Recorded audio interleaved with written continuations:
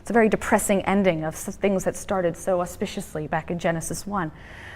But if the Deuteronomists laid the blame for the tragic history of the two kingdoms at the door of the sin of idolatry, and particularly the idolatry of the royal house, a different answer will be provided by Israel's classical prophets. No less an answer, no less an interpretation, and no less an interpretation that was intended to shore up faith in this God that one might think had abandoned his people.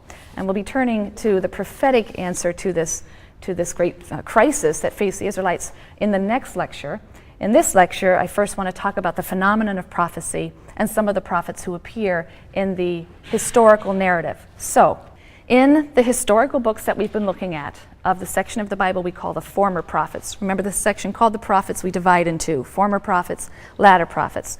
The section we call former prophets is a historical narrative. It runs from Joshua through 2 Kings. It reads like a narrative. And in that material, you have several prophets who appear, and they play a very important role in the national drama.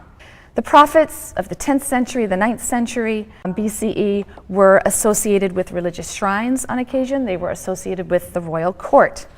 But starting in about the 8th century, you have prophets whose words were eventually set down in writing, and they come to be in the books that now bear the names of the prophets to whom they are attributed. So these prophets, the ones whose words get recorded in books that bear their name, these prophets we call the literary prophets or the classical prophets, in contrast to the prophets who are characters in the stories that we read from Genesis through 2 Kings, right? So there are two kinds of prophets.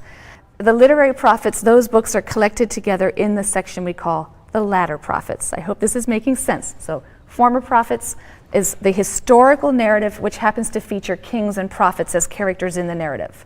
The latter prophets, those are the books of prophetic oracles that bear the name of the person who gave the utterance or the oracle, okay?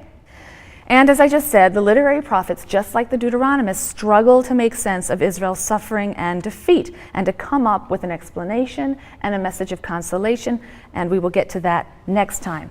Today, we'll look at the phenomenon of prophecy in ancient Israel by comparing or examining narratives in Samuel and Kings, particularly narratives that feature prophets. And that will provide very important background for the next lecture when we turn to the books of the literary or classical prophets and the themes of that literature. Now, prophecy was very widespread in the ancient Near East. It took different forms in different societies, but ultimately very widespread. We know of ecstatic prophets from 2nd millennium BCE texts in Mesopotamia. 7th century Assyria also has ecstatic prophets. Their primary focus was on delivering oracles for kings, usually favorable. It was always wise to give a favorable oracle to your king. And we have ecstatic prophecy in the Bible also, among the earliest prophets in particular.